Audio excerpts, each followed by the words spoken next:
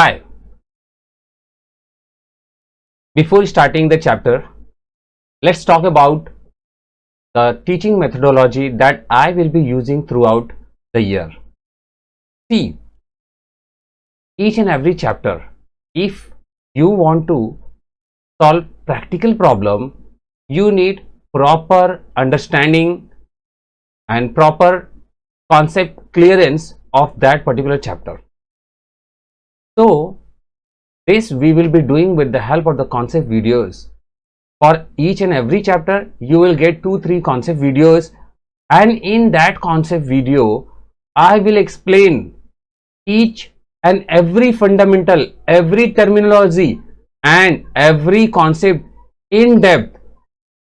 I will teach you every formula, each and everything in our concept video.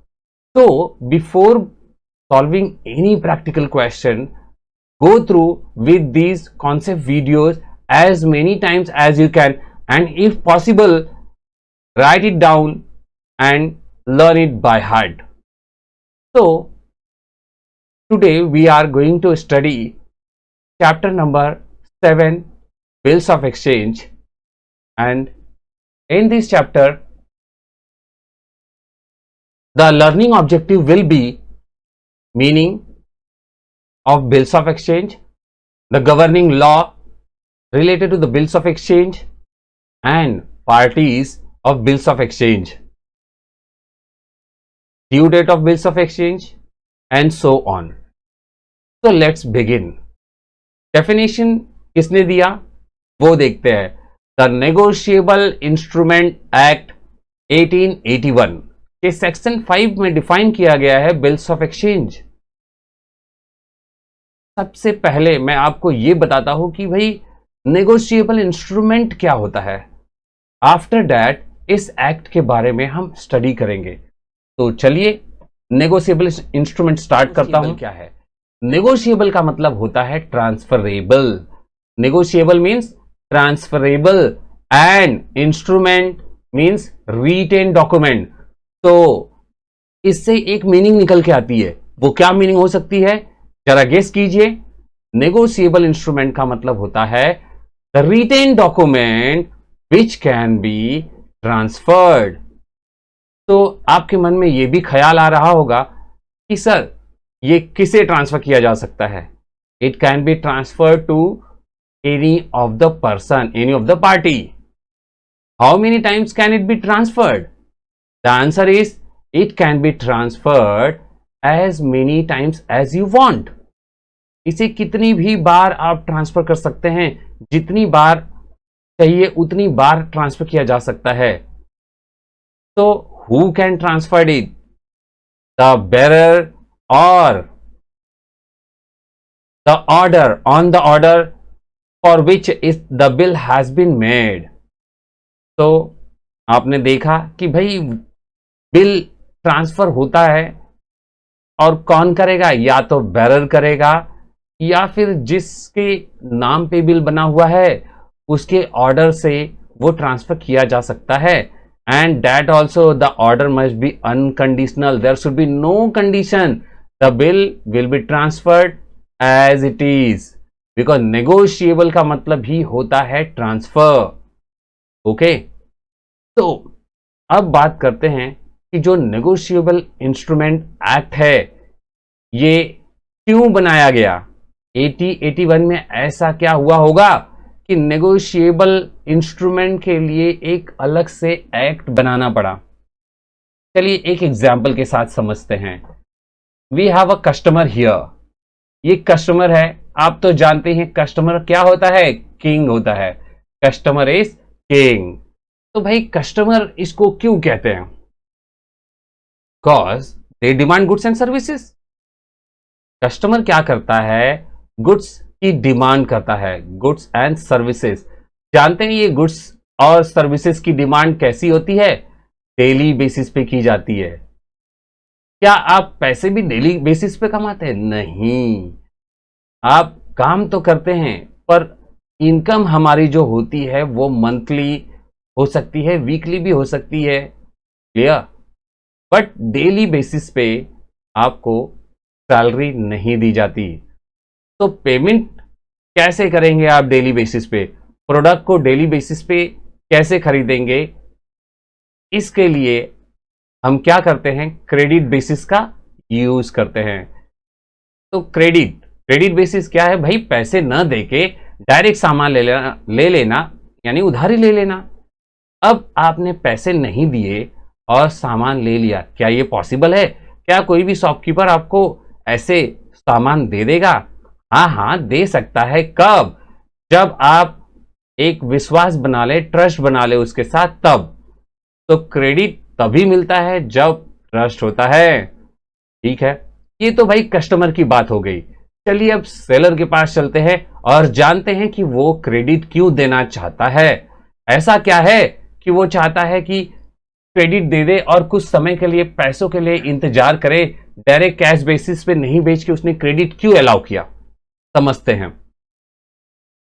Every seller, every businessman, business enterprise want to sell more. सबका objective है कि भैया हमको ज्यादा से ज्यादा बेचना है, जितना ज्यादा बेच सके उतना ज्यादा बेचना है।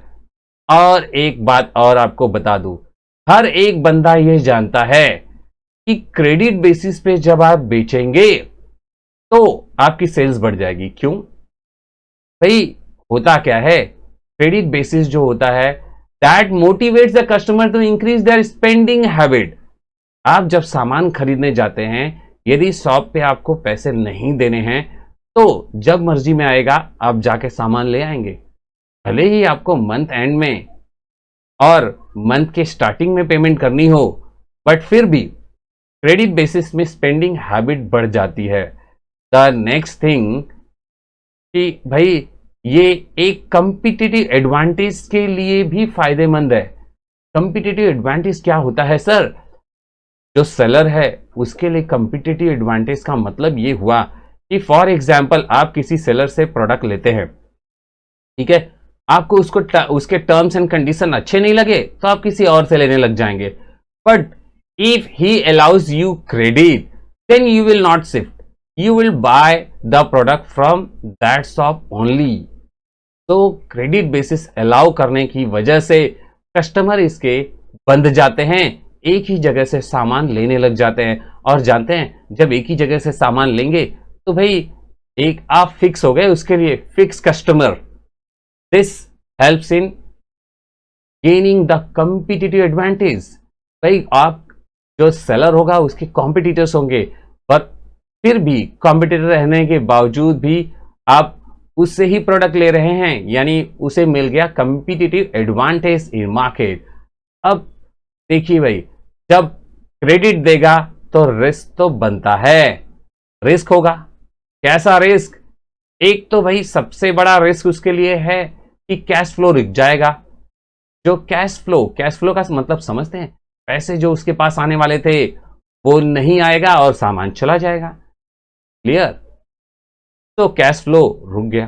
कैश फ्लो जब नेगेटिव हो रहा है तो क्या होगा? उसके आउटस्टैंडिंग डेब्ट्स भी बढ़ सकते हैं। क्लियर? जो उसके कर्ज होंगे वो बढ़ते चले जाएंगे। इस तरीके से पैसे ज्यादा बाकी होने लगे तो ये एक रिस्क है। फिर भी एक सेलर इस रिस्क को सहने के लिए तैयार है, बट उसे एक चीज चाहिए होगी, वो है कमिटमेंट। सर ये कमिटमेंट क्या होता है? कमिटमेंट इज अ प्रॉमिस, एक ऐसा प्रॉमिस जो उसे कौन देगा? बायर देगा। क्या प्रॉमिस करेगा? कि आपको टाइम पे पैसे मिल जाएंगे। तो देखिए, कमिटमेंट उसे चाहिए कि उसे अमाउंट का पेमेंट हो जाना चाहिए, जो पैसे बाकी हैं वो भर दिए जाएं। कब भर दिए जाएं? On a particular future date. एक फिक्स डेट होनी चाहिए, डेट बताई जाए कि इस डेट को कस्टमर जो है सेलर को पैसे दे देने वाला है, जिससे सेलर क्या कर सकता है? फर्दर दूसरे को प्रॉमिस कर सकता है, प्रोडक्ट ले सकता है और सेल कर सकता है। क्लियर? तो बात समझ में आई आपको? आपने देखा कि भाई कस्टमर जो होता है वो क्रेडिट बेसिस पे प्रोडक्ट लेता है और बायर क्या करता है, सेलर क्या करता है, प्रॉमिस लेकर उसे प्रोडक्ट दे देता है। जरा सोचिए, प्रॉमिस आपको आज याद है कल याद है, परसों याद है, लेकिन एक दिन ऐसा आएगा जब आप प्रॉमिस को भूल जाएंगे। तो उसके लिए कुछ रिटन डॉक्यूमेंट होना चाहिए, कोई रिटन प्रूफ होना चाहिए, इजंट इट? तो शॉपकीपर्स, जो पहले के शॉपकीपर थे, उन्होंने क्या करना चालू किया? पहले तो भाई बिल्स ऑफ एक्सचेंज तो बनते नहीं थे, किसी भी पेज पे उन्होंने क्या किया, लिख के ले लिया, लिख के दे दिया कि भाई इतना इतना आपका पेंडिंग है और आपको इस डेट को पेमेंट करना है, और कस्टमर से सिग्नेचर ले लिए। ठीक है, ये प्रोसेस स्टार्ट हो गया। This process started and flourished. ये प्रोसेस शुरू हो गया और फ्लरिश हो गया, फैल गया चारों तरफ और चलने लगा। तो जरा सोचिए, क्या प्रॉमिस हमेशा पूरा हो जाता है? नहीं, कभी कभी हम प्रॉमिस पूरा नहीं कर पाते। और जब यदि आप प्रॉमिस नहीं पूरा कर सकेंगे तो ऐसे केस में क्या होगा? जब आपने प्रॉमिस नहीं किया, पूरा नहीं किया, तो हो सकता है कि आपके ऊपर केस हो जाए। आपने पैसे नहीं दिए तो सेलर कुछ ना कुछ लीगल एक्शन लेने जाएगा। They went to court for the legal action and then need came for legalizing everything. So this gave birth to promissory note, bills of exchange, check। ये जो सिस्टम है promissory note का, check का, इसे legalise करने का system आ गया और वो है नेगोशिएबल इंस्ट्रूमेंट एक्ट। तो आपको समझ में आ गया होगा कि नेगोशिएबल इंस्ट्रूमेंट एक्ट क्यों बनाए गए थे। अब आगे समझते हैं कि भाई ये नेगोशिएबल इंस्ट्रूमेंट एक्ट में किन चीज़ों की स्टडी करनी होती है हमें, ये किसको इंक्लूड करता है और क्या एक्सक्लूड करता है। तो एक्सक्लूड क्या करता है, इसके डेफिनेशन में क्या क्या एक्सक्लूडेड है वो तो आपके सिलेबस में नहीं है, पर इंक्लूडेड क्या है वो है आपके सिलेबस में। देखिए, promissory note, bills of exchange और चेक, ये थ्री थिंग्स को, ये तीनों इंस्ट्रूमेंट को कवर करता है। तीनों आप जानते हैं, रिटन डॉक्यूमेंट होता है चेक, भाई चेक के ऊपर साइन होती है, अमाउंट लिखा होता है, डेट लिखा होता है, वैसे ही बिल्स ऑफ एक्सचेंज पे भी चेक के जैसा ही होता है, सेम, एंड प्रॉमिसरी नोट भी। तो ये जो तीनों हैं ये अलग अलग सेक्शन में डिफाइन किए गए हैं। क्लियर? जो नेगोशिएबल इंस्ट्रूमेंट एक्ट 1881 है, उसके सेक्शन 5 में आप बिल्स ऑफ एक्सचेंज का डेफिनेशन देखेंगे, 4 में है प्रॉमिसरी नोट और 6 में है चेक। 4, 5, 6 याद रखना कितना आसान है, देखिए। तो चलिए अब हम देखते हैं कि भाई इसका डेफिनेशन क्या है। इतना सब स्टार्ट करते हैं डेफिनेशन के साथ में।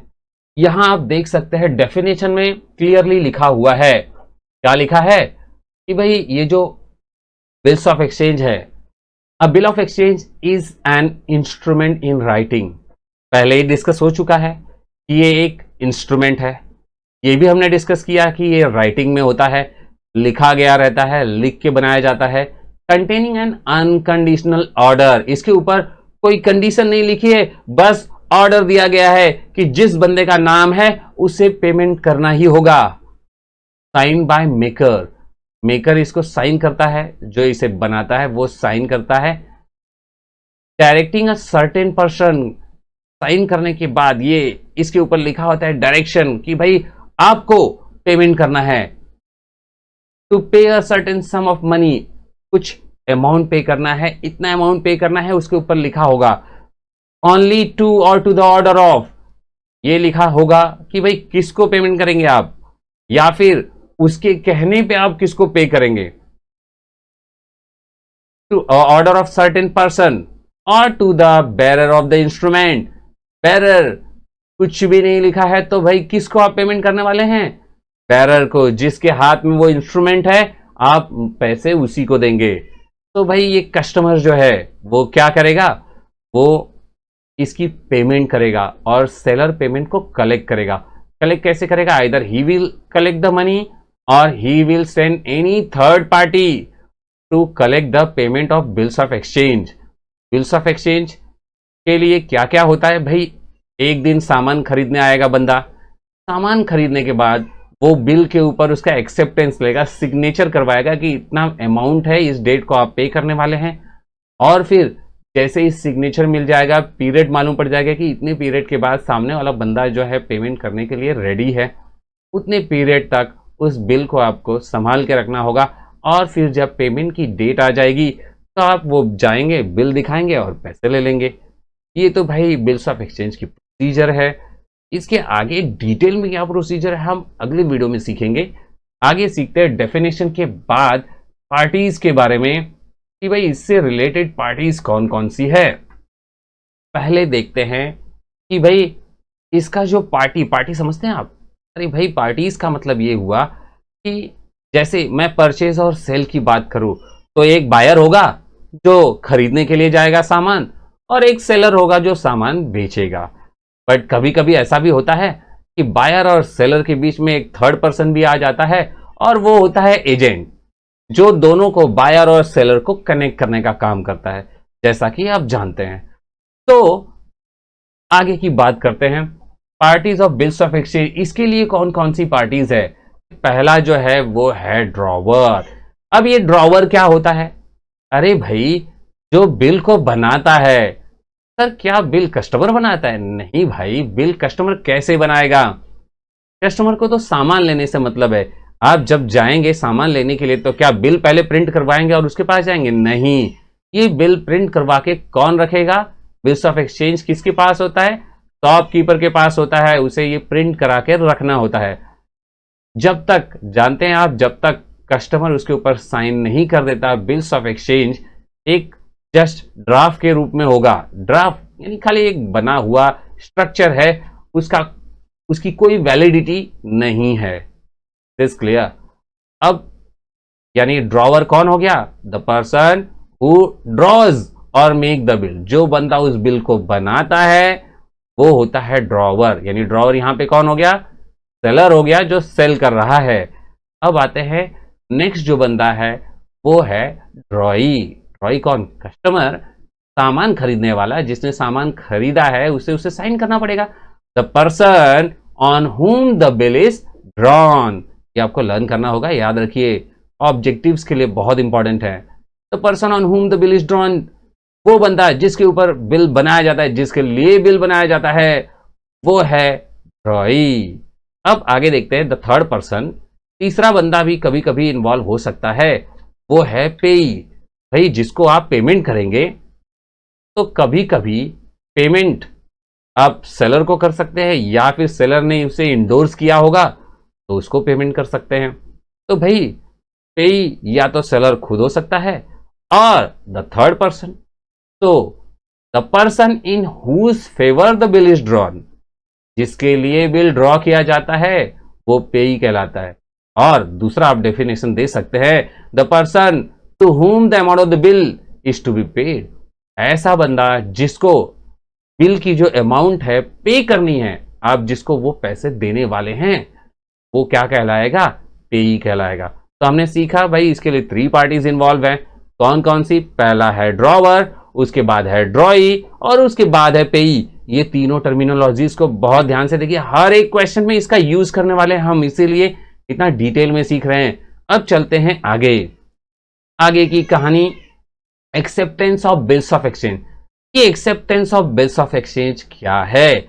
मैंने जैसा कि बताया, जब तक कस्टमर बिल के ऊपर साइन नहीं कर देता तब तक उसे आपको केवल एक ड्राफ्ट समझना है। उसकी कोई वैलिडिटी नहीं है, उसे आप किसी भी कोर्ट ऑफ लॉ में पेश नहीं कर सकते। क्लियर?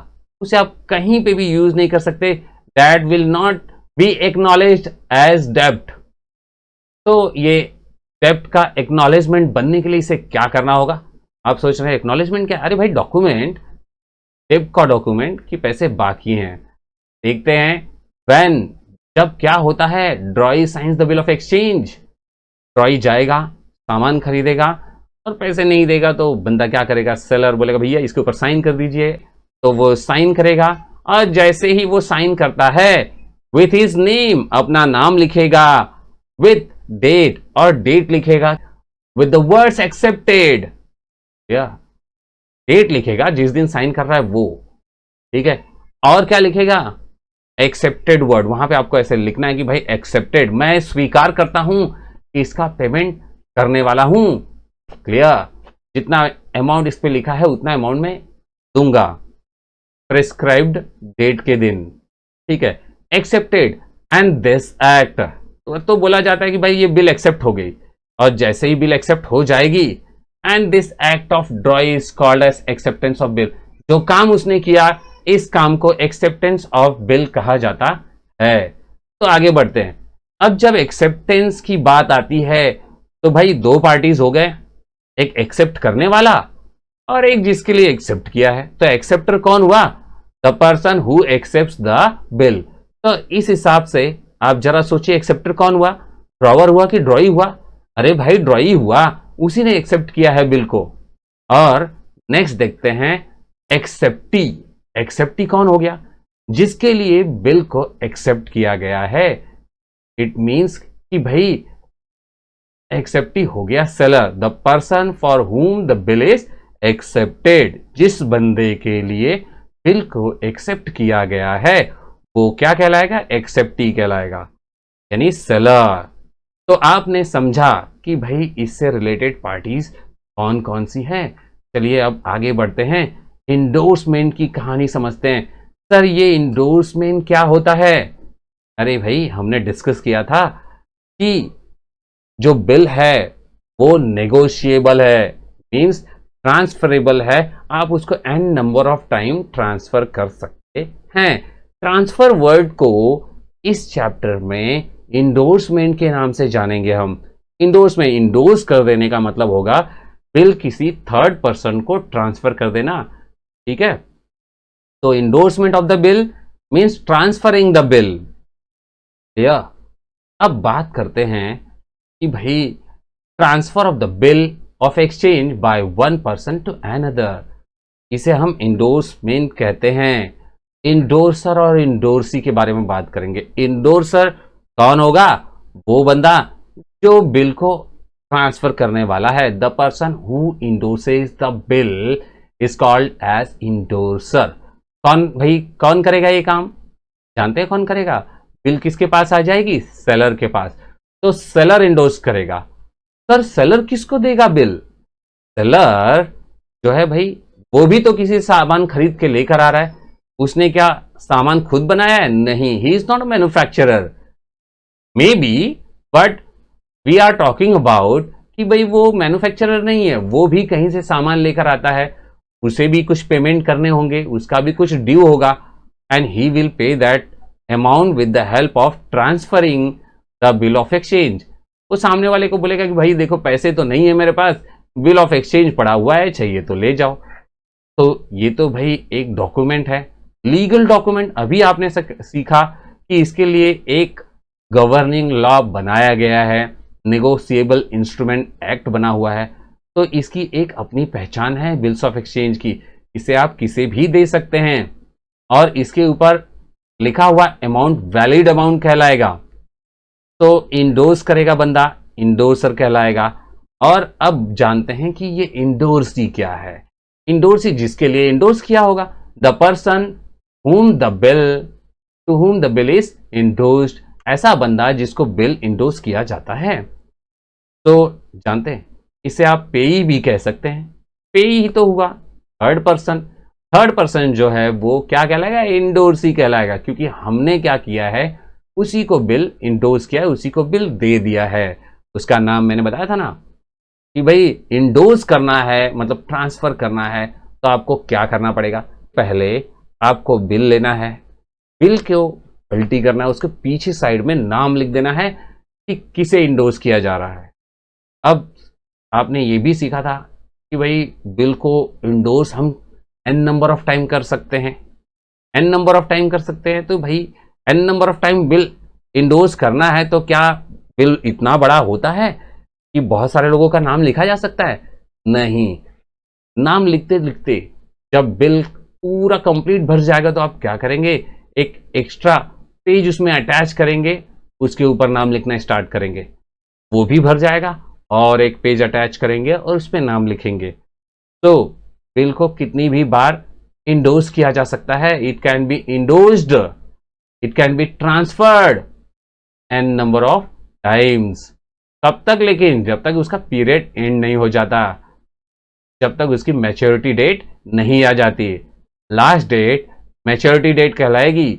उसके बारे में भी हम पढ़ने वाले हैं, लीगल ड्यू डेट जब पढ़ेंगे तो ठीक है। आपने हर एक चीज समझ लिया कि भाई इससे रिलेटेड पार्टीज कौन कौन सी है, तो ठीक है। अब जानते हैं, देखिए ये हमारा बिल्स ऑफ एक्सचेंज है। एक रिवीजन कर रहे हैं कि कौन कौन सी पार्टीज इन्वॉल्व है यहाँ पे। बिल्स ऑफ एक्सचेंज आपने सीखा कि भाई बिल्स ऑफ एक्सचेंज से रिलेटेड 3 पार्टीज होती हैं। कौन कौन सी याद है? कौन कौन से बंदे होते हैं? एक तो शॉपकीपर होगा, देखिए फर्स्ट वाला शॉपकीपर है। सेकेंड मैंने पेई के लिए लिया है, ठीक है। और थर्ड जो है वो किंग देख रहे हैं आप, कौन है ये? कस्टमर है। और कौन है? तो जो सेलर है उसकी बात करते हैं, उसे आप इस चैप्टर में ड्रॉवर कहते हैं। ड्रॉवर, उसका दूसरा नाम हो सकता है सेलर। ये तो आप पहले से कहते आ रहे हैं कि भाई उसे सेलर कहते हैं। क्रेडिटर भी कहा जा सकता है। जानते हैं क्रेडिटर क्यों? अरे डेटर और क्रेडिटर के बारे में मैं समझाता हूं आपको, आपने 11th में सीखा है। डेटर का मतलब होता है पैसे देने वाला, एंड क्रेडिटर का मतलब होता है पैसे लेने वाला। पैसे कौन देगा भाई? Amount, who will pay the amount? Customer पे करेगा। And who will receive the amount? Seller will receive. तो सेलर बन गया क्रेडिटर और कस्टमर बनेगा डेटर। क्लियर? तो इसका और नाम क्या हो सकता है? Maker of the bill. ये बिल को बनाता है, सो मेकर ऑफ द बिल कहलाएगा। और हमने अभी सीखा कि इसे हम इंडोर्सर भी कहते हैं। क्या कहते हैं? इंडोर्सर। अब आते हैं, देखिए पेई, ये है पेई। पेई का दूसरा नाम क्या है? जरा सोचिए। Third party. मैंने कई बार अभी अभी ये टर्मिनोलॉजी यूज किया कि payee also called as third party. ये बंदा थर्ड पार्टी है। क्लियर? और ये एक क्रेडिटर है। कैसे? He is the creditor of creditor. अब मैं सपोज कस्टमर हूं, तो मेरे लिए क्रेडिटर कौन होगा? शॉपकीपर। और उस शॉपकीपर का क्रेडिटर नेक्स्ट वाला बंदा है जिसे उसने बेचा है। This clear? तो ये भी एक क्रेडिटर हुआ। नेक्स्ट जो इसका नाम है इंडोर्सी है, अभी अभी मैंने डिस्कस किया, इंडोर्सर और इंडोर्सी। यानी हमने इससे रिलेटेड जितनी भी पार्टीज है सबके बारे में भरपूर बातें की हैं। अब आते हैं ड्रॉई। इसका दूसरा नाम आपके हिसाब से क्या हो सकता है? ये परचेजर हो सकता है, ये हो सकता है डेटर, अभी अभी बात किया मैंने, डेटर भी हो सकता है ये। और हो सकता है एक्सेप्टर। वो क्या कर रहा है? बिल को एक्सेप्ट करता है। हमने सीखा था कि भाई इसका नाम एक्सेप्टर है। क्लियर? इसे हम एक्सेप्टर के नाम से भी जानते हैं, ये बिल को एक्सेप्ट करता है। और नेक्स्ट है कस्टमर। ये तो कॉमन सी बात है, कॉमन वर्ड तो सभी जानते हैं कि इसे हम कस्टमर के नाम से जानते हैं या फिर बायर के नाम से बुला सकते हैं आप इसे। तो चलिए ठीक है, बायर हो गया। नेक्स्ट जो लास्ट नेम है उसका है पेयर। ये पेयर मतलब पैसे पे करने वाला। So these are the different names with the help of which we can call them. लेकिन बच्चों एक बात आपको बता दूं, इस चैप्टर में बस आपको ड्रॉवर, ड्रॉई और पेई ये 3 वर्ड ही इस्तेमाल करने हैं।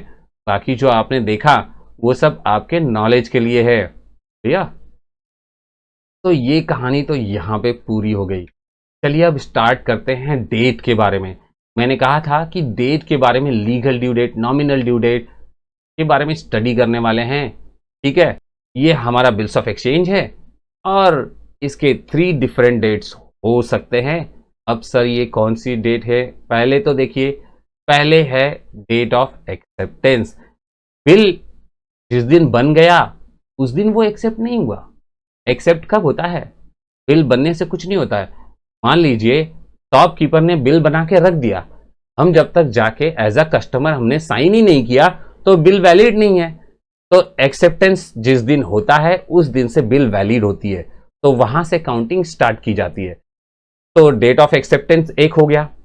सेकेंड आ गया क्रेडिट पीरियड। क्रेडिट पीरियड जैसा कि मैंने बताया, बिल हो सकता है 2 मंथ के लिए, 20 डेज के लिए, 60 डेज के लिए, 90 डेज के लिए, कुछ भी हो सकता है। क्लियर? तो इसे टर्म ऑफ बिल भी कहा जाता है।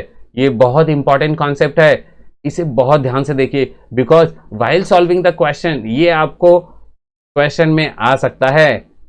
आएगा ही, उसमें आपको कैलकुलेशन करने होंगे, डेट के कैलकुलेशन। तो हर एक डेट कौन कौन सी होती है वो आपको पता होना चाहिए। नेक्स्ट है ड्यू डेट। ड्यू डेट देखिए दो टाइप की होती है, एक होता है नॉमिनल और एक होता है legal due date. Legal due date is also called as maturity date. Mature होना, जिस दिन ये मैच्योर हो जाएगा, जैसे अब आप मैच्योर हो चुके हैं, आपको समझना चाहिए कि स्टडी कितनी इंपॉर्टेंट है और स्टडी पे कितना ज्यादा फोकस आपको करना है। ये जब आप मैच्योर होंगे तब आपको समझेगा। क्लियर? तो मैच्योरिटी लेवल बढ़ाइए और इसकी मैच्योरिटी देखते हैं अब हम। Legal due date, legal due date और नॉमिनल ड्यू डेट। तो भाई ये लीगल और नॉमिनल के जो चक्कर में आप फंस रहे हैं उसमें क्या है, क्या डिफरेंस है? जब बिल का डेट, लास्ट डेट आ जाएगा, उसे आप नॉमिनल ड्यू डेट कहेंगे। पीरियड खत्म हो गया बिल की, नॉमिनल ड्यू डेट आ गया। जानते हैं कोर्ट ऑफ लॉ ने क्या किया है? 3 एक्स्ट्रा डेज, ग्रेस डेज, जिसे हम ग्रेस डेज के नाम से कहेंगे, 3 एक्स्ट्रा डेज पेमेंट करने के लिए दे दिया है। पेमेंट करने के लिए? ये क्या बात हुई? अरे भाई, पैसे का जुगाड़ करने के लिए। फॉर एग्जाम्पल, आप तो कस्टमर हैं, आपने साइन किया और घर चले गए, सामान कंज्यूम कर लिया और भूल भी गए कि आपने सामान खरीदा भी था। आपको तो बिल्कुल याद भी नहीं है कि आपने किसी बिल पे साइन भी किया है। सामने वाला बंदा फोन करता है, बोल रहा है कि आपका डेट आ गया है, मैं पेमेंट लेने आ रहा हूं। तो आज आपको पता चला, सडनली आपको पता चला पेमेंट करने के लिए कुछ समय चाहिए। यस, 3 डेज जो है लीगली एक्स्ट्रा 3 डेज दिया गया है, जिसे हम ग्रेस डेज के नाम से जानते हैं। तो ठीक है, समझ लेते हैं। Very important to know, grace days 3 day होगा कि 2 डेज होंगे कि 1 डे होगा। चलिए इसके बारे में जानते हैं, कैसा है, क्या है इसका नियम कानून, क्या है, कैसे इसके बारे में आप सोचेंगे, वो सारी बातें अब यहां पे हम लोग डिस्कस करेंगे। देखिए, पहला जो कॉन्सेप्ट है वो कहता है 3 extra days allowed by the law. किसने अलाउ किया है? लॉ ने अलाउ किया है। Over and about the period of the bill. जैसा मैंने बताया कि भाई 3 मंथ है तो 3 मंथ बाद पेमेंट करनी होगी, लेकिन उसके ऊपर 3 दिन और भी एक्स्ट्रा अलाउ कर दिए हैं। किसने अलाउ किया? लॉ ने अलाउ किया। ठीक है, okay. The period of the bill of drawee to enable him to make the payment. उसकी जो पेमेंट है वो इकट्ठा करने के लिए, जमा करने के लिए, उस पैसे को जमा करने के लिए 3 एक्स्ट्रा डेज लॉ ने दे दिए हैं। इसके वजह से ये जो 3 एक्स्ट्रा डेज हो गया वो क्या हो गया? Grace days. जब आप ग्रेस डेज उसमें प्लस करते हैं नॉमिनल ड्यू डेट में, तो वो लीगल ड्यू डेट यानी मैच्योरिटी डेट हो जाती है। अब इसके लिए कुछ नियम कानून है, जरा बात को समझिए। इफ करेस्पॉन्डिंग मंथ, मतलब जो आया हुआ मंथ है, has no date of the previous month. इसकी प्रैक्टिस करेंगे हम, ठीक है। प्रीवियस मंथ का डेट नहीं है तो क्या होगा? Previous month, in that case last day of the month, take the last day of the month. आप क्या करेंगे? आखिरी दिन ले लेंगे। भाई जैसे बिल मेरा 31 का था, तो अब 3 मंथ प्लस करने के बाद 31 ही हमारा डेट होना चाहिए, बट उस महीने में 31 डेट है ही नहीं, तो क्या पेमेंट नहीं होगी? अरे होगी, लास्ट डेट 30 होगी, पेब होगा तो 28 होगा या फिर 29 होगा, उसे ही हम लोग महीने का एंड मान लेंगे। कहने का मतलब 3 मंथ आप प्लस करने जा रहे हैं तो उसकी डेट काउंट करके उसमें प्लस नहीं करनी है, डेज नहीं काउंट करना है, जस्ट आपको 3 मंथ ऐड कर देना है। उसकी लास्ट डेट जो आ जाएगी वो हो जाएगी nominal due date. This clear? तो नॉमिनल ड्यू डेट तो आपको पता चल गया, और उसमें 3 एक्स्ट्रा डेट आपको प्लस, ठीक है, 3 एक्स्ट्रा डेज हम लोग देंगे पेमेंट के लिए। नेक्स्ट रूल देखते हैं। मान लीजिए कि आपने 3 डेज ऐड कर दिए। 3 डेज ऐड करने के बाद पता चला, ओ माय गॉड, तीसरा दिन तो भाई पब्लिक हॉलिडे है या फिर संडे है। कोई भी रीजन हो सकता है, बैंक बंद होने का रीजन आप तो जानते ही हैं। If the due date fall on public holiday और संडे, बिल का जो ड्यू डेट बना यानी मैच्योरिटी डेट जो बन रही है वो संडे को आ रही है, तो आप क्या करेंगे ऐसे केस में? एड ओनली 2 डेज, याद रखिए, ये ध्यान से देखिए, ओनली 2 डेज आपको प्लस करना है, तब आप 3 डेज प्लस नहीं करेंगे, ओनली 2 डेज प्लस करने वाले ऐसे केस में। ठीक है, तो सर क्या हम 1 डे वाला भी सिस्टम रख सकते हैं? फॉर एग्जाम्पल जैसे देखिए आपने 2 डेज ऐड किया, उसमें भी पब्लिक हॉलीडे आ गया, तो क्या उसको केवल 1 डे अलाउ करेंगे? नहीं, लॉ का कहना है कि मिनिमम 2 डेज आप अलाउ कर सकते हैं। यदि 2 डेज नहीं तो अब आपको 4 डेज अलाउ करना पड़ेगा। 4 डेज क्योंकि सेकेंड डेट को भी हॉलीडे पड़ गई। If due date falls on the public holiday and before that there is Sunday, उसके पहले संडे है, देन एड 4 डेज।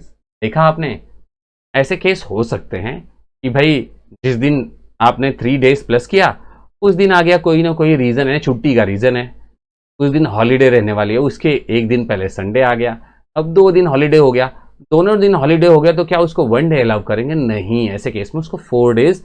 अब हम आगे बढ़ेंगे, तो यहां पे अब देखने वाले हैं ऑप्शंस अवेलेबल टू ड्रॉवर, और इसके बाद सीखेंगे ऑप्शंस अवेलेबल टू ड्रॉई।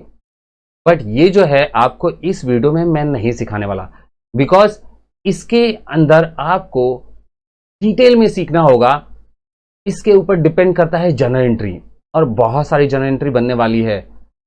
बहुत इजी है, डोंट वरी, फटाफट समझ में आ जाएगा।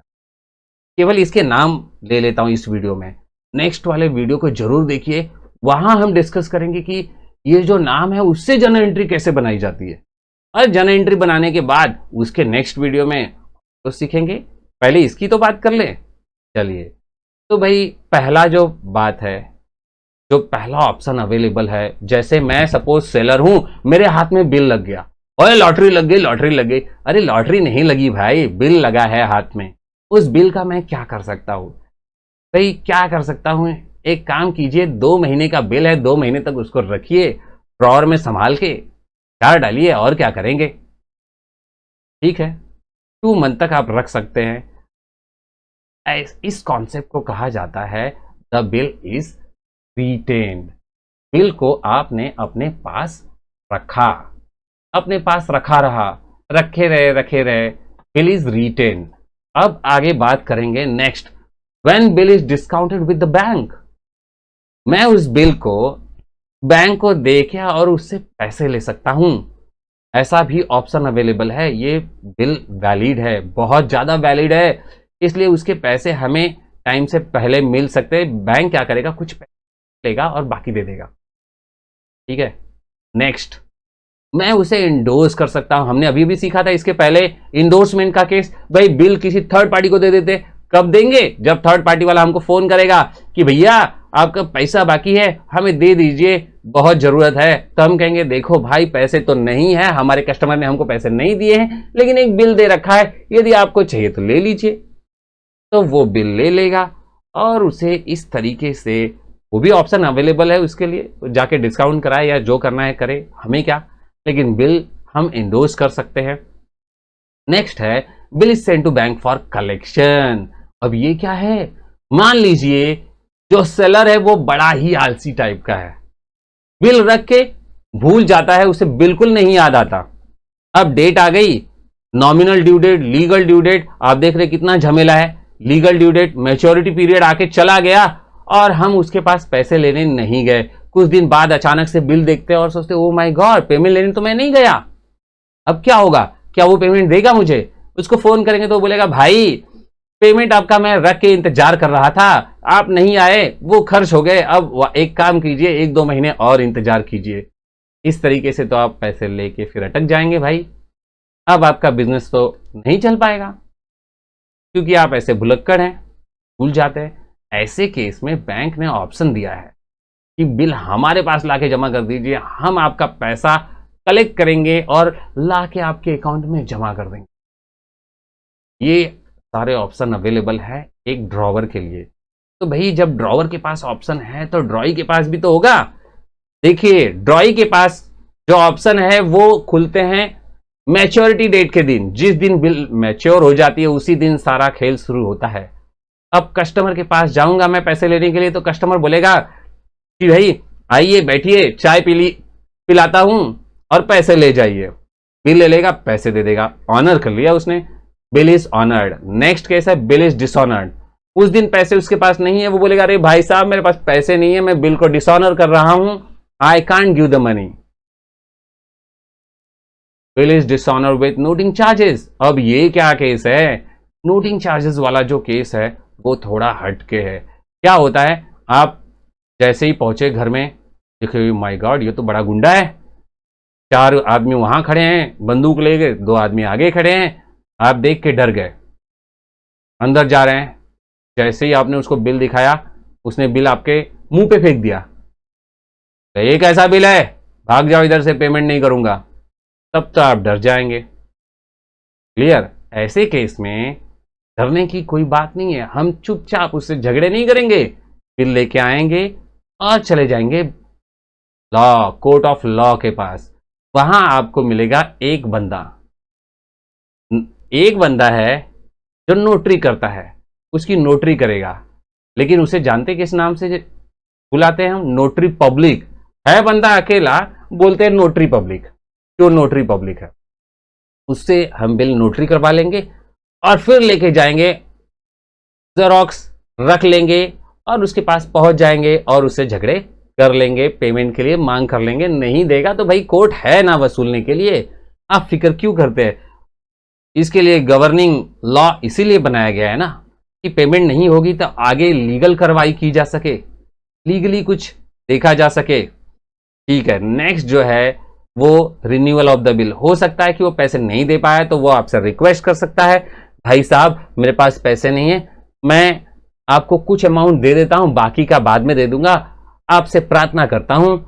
जब ऐसा उसने कहा तो ठीक है, हम भी मान लेंगे और बिल को नया बना देंगे, रिन्यूअल ऑफ द बिल।